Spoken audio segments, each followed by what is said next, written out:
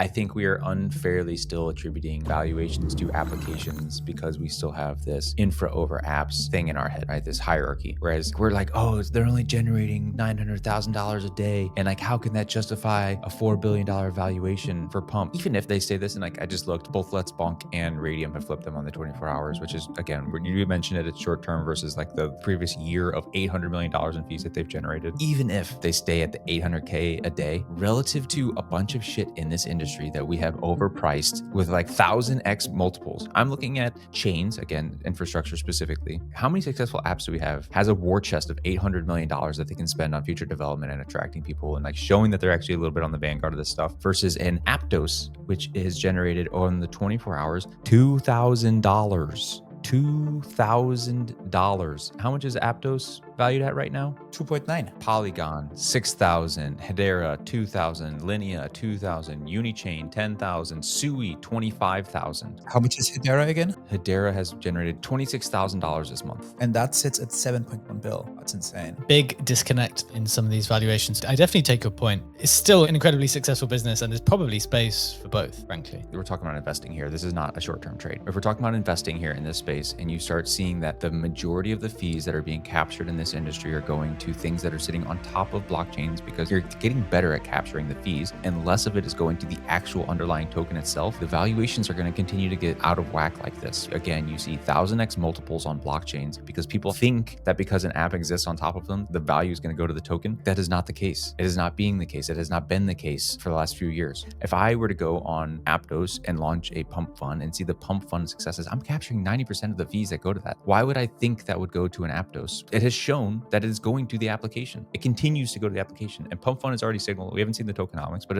if they are actually doing this with a buyback, so it's like an equity-like thing, it's better. It's just better. For sure. I do think the evolution of these tokens is that everything will need to be an equity-like thing now, whether that's rev share or buybacks. You're going to have to figure out something in that area. There's got to be some kind of thing that makes people more keen for the token.